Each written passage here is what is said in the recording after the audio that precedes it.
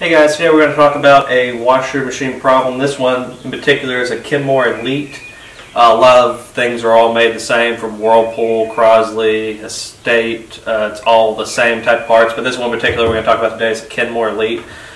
Alright, it's a really common problem, and I just pulled the motor off and the water pump off, and there's a stuck sock inside of it. It will always be in the bigger pipe, and here's the big problem with this. If you turn on your machine, it's making a buzzing noise. So you pull the knob out and it's making a motor grinding buzz constantly kind of a noise.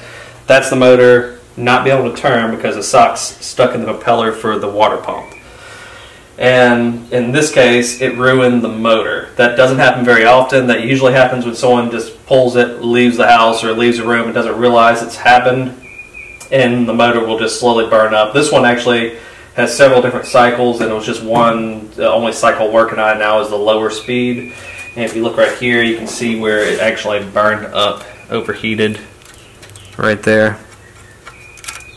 And that's not the only spot that overheated. The whole thing was extremely hot when I tried it out, but could not recover the motor. The motor itself was too expensive. When I looked it up on eBay, it was about $100 to $120 for just the motor on this particular machine. They're not always that expensive. This is a variable speed motor, so it's more expensive and more rare, so you're not going to find it on eBay for as cheap. The water pump is usually all you have to replace. And this one in particular, if you pull the sock out, usually you can just pull the sock out, it'll be fine. Check right here, there's a seal, and it will start dripping. That's usually where a drip will start forming. It'll usually make a watermark. If it's already doing that, you're going to have to replace it anyway. There's no fixing this seal. But most of the time, you just pull the sock out and it's fine. Check the propeller. The propeller on this one is down in this hole, and it's hard to see, but it's rubber, and it's missing a couple of the wings that push the water from one side and out the other.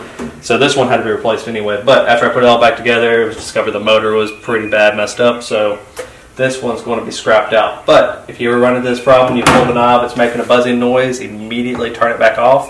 It's probably just going to be a sock stuck in the water pump. How it gets there, probably, I don't really know for sure, but it's going through those holes or it's getting through a spot that I don't really understand. But this is extremely common. There will always be small socks stuck in this, or a piece of ripped fabric will get through those holes and will suck through and eventually get into this pump. But that's about it. So to check this really quickly is you can take, and now that we got the pump out on the top, it's going to look like this. If I flip them, if you pull the machine away from your wall and lay it on its side gently, and you don't even have to lay it all the way over. If you put a block or something so it sits on it, you can get to this spot, and you're going to be looking at it from underneath, so it's going to look like this. And you can take your finger, and on this end, where it's connected to the transmission, you'll still be able to reach in and you could spin it. And if you can spin it freely like this, both ways, there's nothing stuck in the water pump. If you can't spin it freely and it's just stuck like this one was, I could not move it past one point, but I could slightly move it the other way because the sock wasn't catching that way, but it definitely was one way. That's a sure sign that there's going to be a sock stuck in it, and that's a good way. You don't have to take anything apart. You can just lean the machine over, reach up underneath between the transmission, make sure it's unplugged so you don't hurt yourself, and just reach in and give it a spin. And if it's spinning freely, it means the water pump's probably fine. If it's not, you probably got a bad water pump or a sock stuck in the water pump. Alright, that's it guys. Please comment and like. It really helps the video, and we'll see y'all next time.